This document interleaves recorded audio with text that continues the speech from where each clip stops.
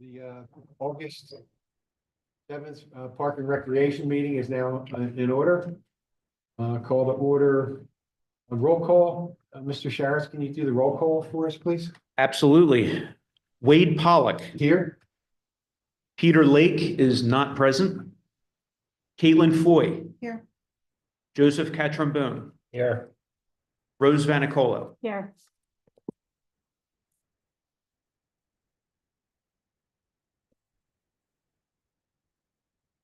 Item 3, moment of silence, please. And we'll say the Pledge of Allegiance.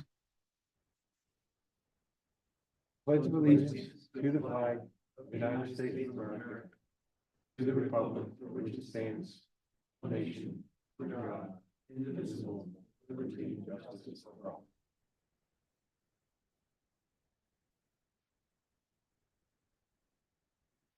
Item 4.1, consider approving the agenda.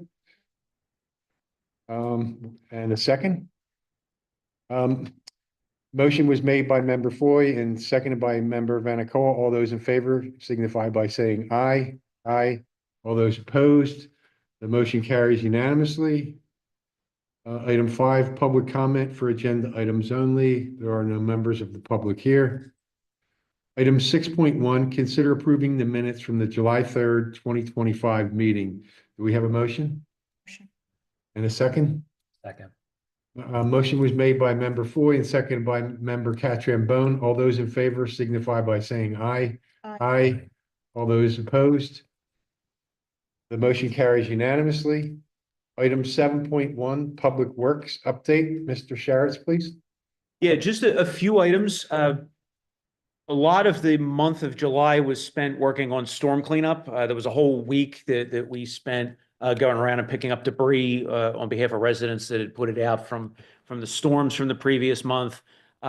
We also spent a bit of time working on installing the bollards on Route 252 over by the Meadow Preserve, which was one of the requirements so that we from PennDOT so that we could really start utilizing the parking area and the driveway there and promulgating that more. And you know, again, it's more comfortable because you know that people aren't going to go out and they can't make a left and they can't make a left into it. So they'll follow the traffic rules along 252 there.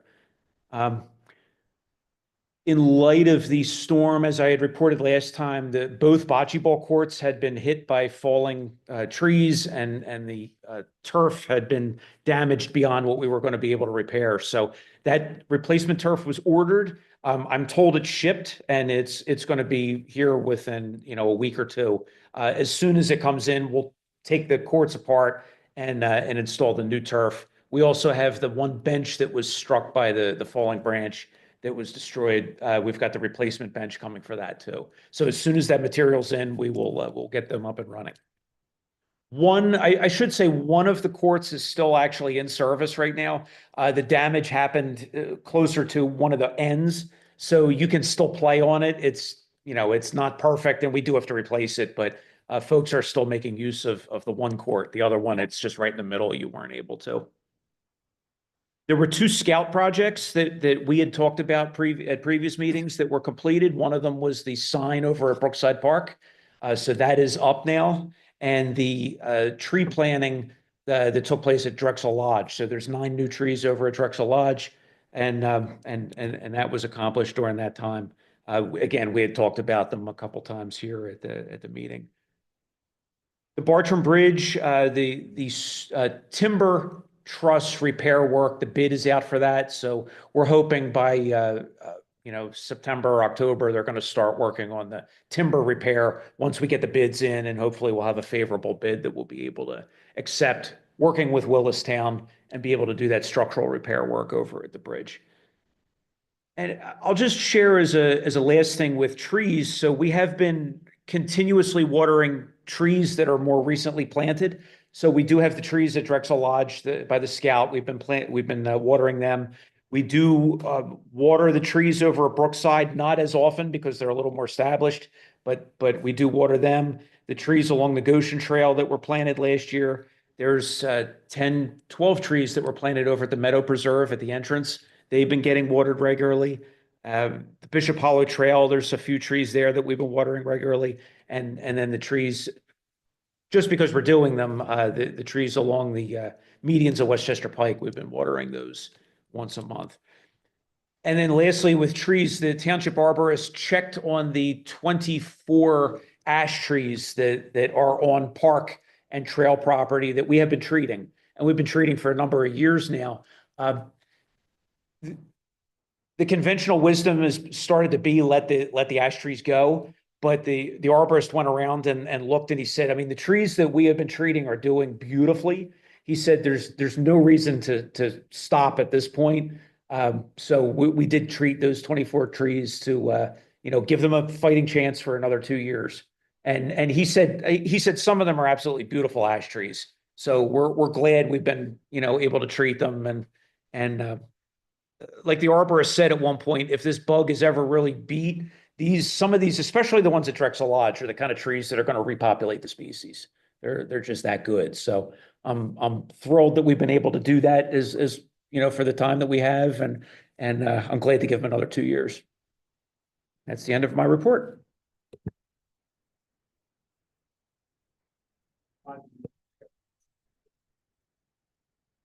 And how many were there? There were 9 trees that he planted. And they were all out? Drew Zahner. Oh, Drew, okay. And that was out by the road? So there's 3 that were planted kind of in the gravel parking lot. There's a little area that we had originally intended when that gravel parking lot went in to be like a rain garden or something. The problem is people keep driving over it, and there's just no way that anything low was gonna survive there. So we put 3 trees in there, and we put just 3 fence sections in front of it. So we'll get those trees. He went to Mastardi's and took Mastardi's counsel. Also talked to the township arborist with it to make sure that they were trees that were going to do well over at Drexel Lodge. In the storm the other week, there was a tree that came down, which was right by the restroom building, by the driveway. When you go right by the restroom building, there was a tree there that came down. So we recommended he change one of his locations, and he planted a new tree right next to that. So we got that started. We did put a river birch down kind of near the gazebo, which is where there had been a tree that came down last winter. So it was a replacement tree for that. And again, it's kind of a wet area. Yes. So that'll go well. And then the other ones are kind of over on the Westchester Pike side, kind of continuing the line that it started there. So one of the things I've noticed is that Brookside Park has all the trees that we've put in there. I was kind of faithfully going down there by myself as I had time and pulling the tubes up and weeding underneath it there. But over the past year, I've had issues and I haven't had time to do that. So some of them are overgrown. So I'm wondering if we should head up some volunteer effort to maybe go back and revisit Brookside Park and do some maintenance on those trees. Is that something that's within our purview, or should we request someone else to do that? I think as the Parks Committee in a park, you sure can go do that. I just would, maybe just mention to Trish and the Shade Tree Commission, because they are actually once they're planted, they're actually the owners of the tree. Yes. In the regards that they decide whether the tree stays or doesn't stay going forward. So I just would let them know that you're doing that, but I don't see any reason why you as a group can't do that. And I would recommend that you invite them to join you to make it kind of a joint project. Okay. And it is interesting with those trees, how they attract weeds, because I know that Dave Hilbert had spent a lot of time down there earlier this year. He actually spent a lot of time over across Ellis Avenue here weeding. Oh, yeah. You would not know that if you were to go and look at it right now. I mean, the weeds just keep coming back like crazy. Sometimes at certain times a year, he's actually said that the weeds are not hurting. They're actually sometimes protecting the trunk. And so sometimes he'll let them ride a little bit, but again, that depends on the time of the year. But yeah, I think that we need to do some weeding over here again. We need to do weeding at all of the locations. I know he was doing it along the Goshen Trail as well, some of those trees that got planted last year. But the weeds do come right back. So I don't know if anyone goes through Brookside and looks at those trees, but the playground parking lot, the trees closest to the road, Brookside, are called, they're northern aspen. And Dave was a little hesitant to put them in because this is about as far south as you can go with those trees to grow. And they are actually established now. They're beautiful. They're very unique for our area. And what happens is their root system joins, the trees all join together in a root system. So if something happens to one tree, it's still fed and can survive by the root network that's established there. So if you have a chance, go through Brookside and take a look in that area. It's just a really cool thing to look at. And it really is nice to see now that they've really established those trees as well as even the ones along Brookside Road. I mean, they've taken to the area very well. Yes. They're really looking like trees. I think we lost maybe one or two from that planting, one planting that we did, which is shocking, yeah. Survival rate like that is just unheard of, I think. So I'll check with Trish and I'll just, send it to Sheila and whoever else as well, just to make sure we're not stepping on toes. Maybe come up with some plan. And then we'll add it to our agenda for next month.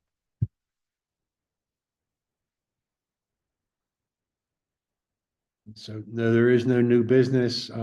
Old business 9.1, update discussion and possible action about family and community events for summer and fall 2025. So I have not done anything for Family Fun Day, as far as reaching out to the vendors we usually have there.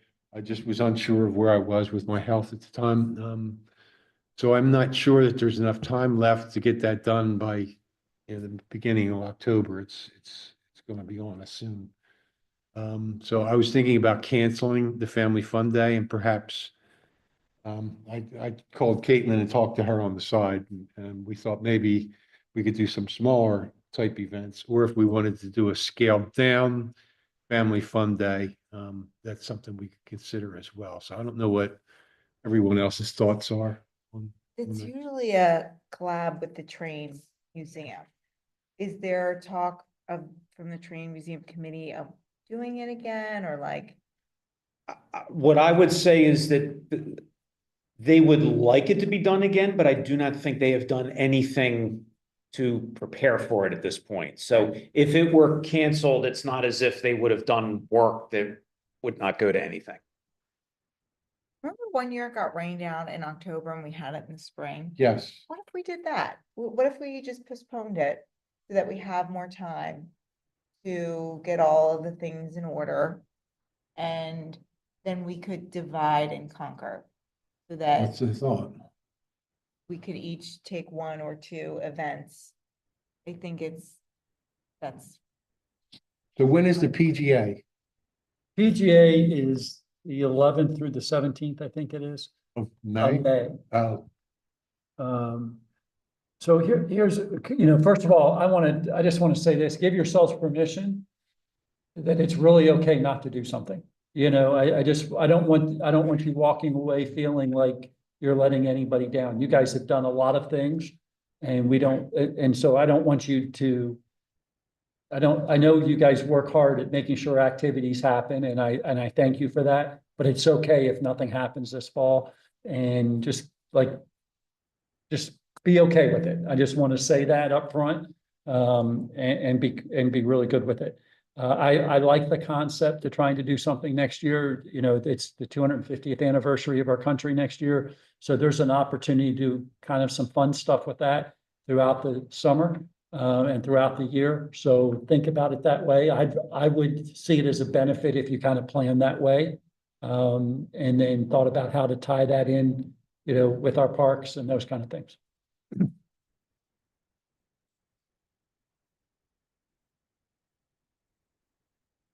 perhaps patriotic events next year, one event would be You may even consider talking to the Historic Society and the Historic Commission and see about doing maybe a joint family fun day. And you could, I could see some, real positive kind of things come out of it like that as well.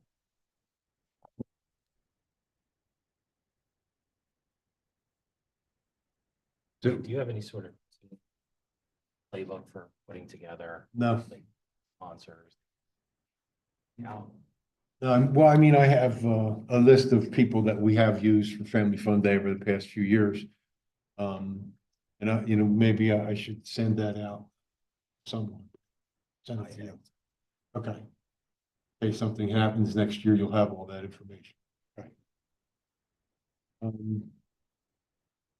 So, we didn't do, so I talked to Angela, and perhaps we could do a couple of family or kids events in the fall this year with her. I know Steve said we don't have to do anything, but it's something for the fall at least. And Angela's, she's easy to deal with. She's welcoming. She loves when she works with us. So, She's lovely.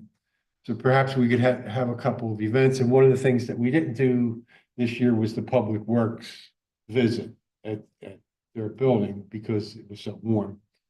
And last year kind of was just awful with the heat. So perhaps we could do that in the fall here on this campus here, and perhaps add something to that as well. Maybe the police department could do something. Maybe we could visit this building. The library could be open and have some kind of event as well. And fluff it up a little. And that would probably be October. So I'll reach out to Angela and see what she thinks about it, and I'll coordinate with George and fill everybody in. And I'm assuming October would be a good day. That way, next meeting we can at least discuss it, do a little better planning and coordination. Do it on a weekend or? I think we'd probably be best if we did it on the weekend because the kids are back at school, and if that's okay with you, George. Yeah, we can make that work, of course. And you still have hats and vests and that kind of stuff too. I do, yeah, Okay. because we had some that we had planned on using the last time when it got so hot, we had to cancel it, so we've still got them. And it was a fun event. I mean, the Public Works, as warm as it was just a lot of kids showed up, and they really enjoyed it. Yeah, we actually had to do 2 sessions, Yes. because so many children signed up for it. Is the fire station doing a trunk or treat like they did last year? Yes. And we will be there. Or we're gonna table that again? Yeah. I Alright. think you and I were there last year. Yeah, we're gonna try to get a sign or a poster or something for our table. And you have I a can do printer. You have a that. big printer, don't you? You still have that big printer? But I would suggest that maybe we do a banner Okay, for you guys to order it through Vistaprint. It's not that expensive. okay, And just do a banner that you can reuse multiple times. Okay. I think that's probably the best way to go. okay. If you got to kind of come up with what you'd like to see on it, and then we'll do that. We've done that for some of our other committees. Okay, I can do that. sure. Yeah.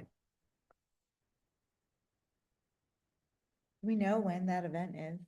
Fire station? It's close to Halloween, like the week before.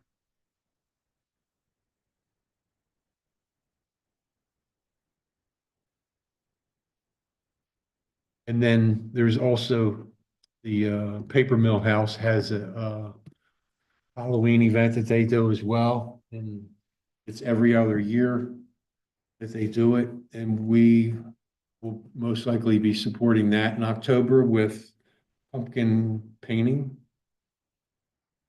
And if we have enough time and energy to organize carving, So there's professional carvers that will come in and do it. There's other events out in like Westchester that where they do show up and do some of the carvings. Two years ago, they did the pumpkin float. Or am I thinking of the orange apple float? Oh, that was at the, That was a that different was, event. yeah, that was, Okay, yeah, never that mind. was one of our kids' events during Oh, the summer. pumpkin painting. Yes, pumpkin Did they painting, actually do the pumpkin carving or did it end up just being just painted? painting, Okay. because we didn't get the carvers to come in time, but Ben Tilly's donated the pumpkins. George's guys picked them up and delivered them to the paper mill house, and then Got it. George and one of his guys and I went out and got the paints. It was a fun event. It was a lot of kids showed up. There was a young girl from high school, I think Episcopal, that kind of ran everything as soon as she showed up. She kind of took over and went very well. So I'll reach out to Kathy on that one as well. And then I guess maybe we'll just try and plan on having one event here with the Public Works and and I'll talk to Angela. If you're reaching out to Angela, Okay, why don't we have someone else reach out to Kathy for the Historical Society? okay. Awesome. I will send you her information. I'll send her an email and CC you on it and tell her you'll be coordinating with her. And I'm gonna do the banner for the table that we're gonna have for the trick or treat Okay. and events to come. I didn't see it. I didn't see it on their website yet. Okay. I just checked. Okay, great.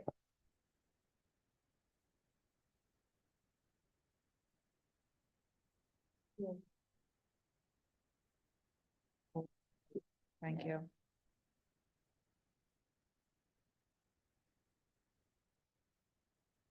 I guess that kind of sums us up. Does anyone else have anything for summer, fall events for 2025?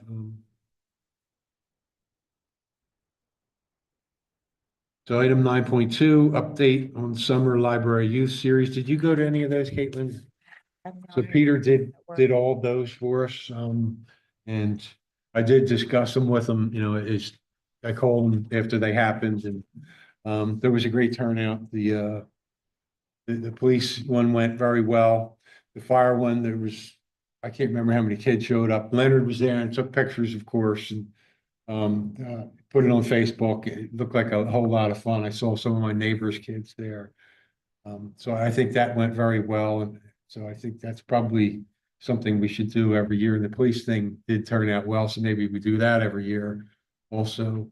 And the other events went pretty well and were well attended. Thanks to Peter for taking that over for us. And item 9.3, update on Rock Snake Art Project Newburyport. So Harry and I have talked, and George and Harry and I met and looked at the spot that the Rock Snake will go into, and the teachers have all the rocks were delivered, and they're all over with George's guys in that building there. So we're all prepared to do this work. It's just a matter of how we're going to do it. So I think Harry, with his ingenuity, I'm going to stop over and talk with Harry, if that's okay with you guys. Okay. And figure out exactly how we're going to do it. Harry does have a concept. We're going to dig it out, put some wet bed cement in, let that dry, and that will be our foundation. That you then put another wet coat layer on, and you embed these rocks into that wet cement. And then after everything's done and dried, you clear coat it. That prevents fading and also helps protect it over we want it to last a few years, so it helps. And the cement as well. So it's just a matter of working all that out. I think Harry, with his ingenuity and experience with just about anything you think of, is probably the best to kind of lead us in that effort. Yeah, So- when you two were talking, his wheels were definitely turning. Yeah. So I will try and get over there. I think I'm staying home from the beach. I have babysitting tomorrow, so I'll try and get over there next week, one day. And I'll call them to coordinate, in advance. we finalize a date for that or? No. Or- No, we're looking at fall Fall, this okay. year. We're we want the teachers to kind of be there, and I think it's gonna be a weekend thing again, a Saturday. We'll try and have the teachers there and maybe do a press release or something like that. And so we'll do all the work and then just do some kind of dedication ceremony. We will be there, the teachers will be there, the township could be there, Leonard will be there. Taking pictures. So if that's okay with everybody, I guess that'll be our plan. Sounds good. And does anyone else have anything? Mhm.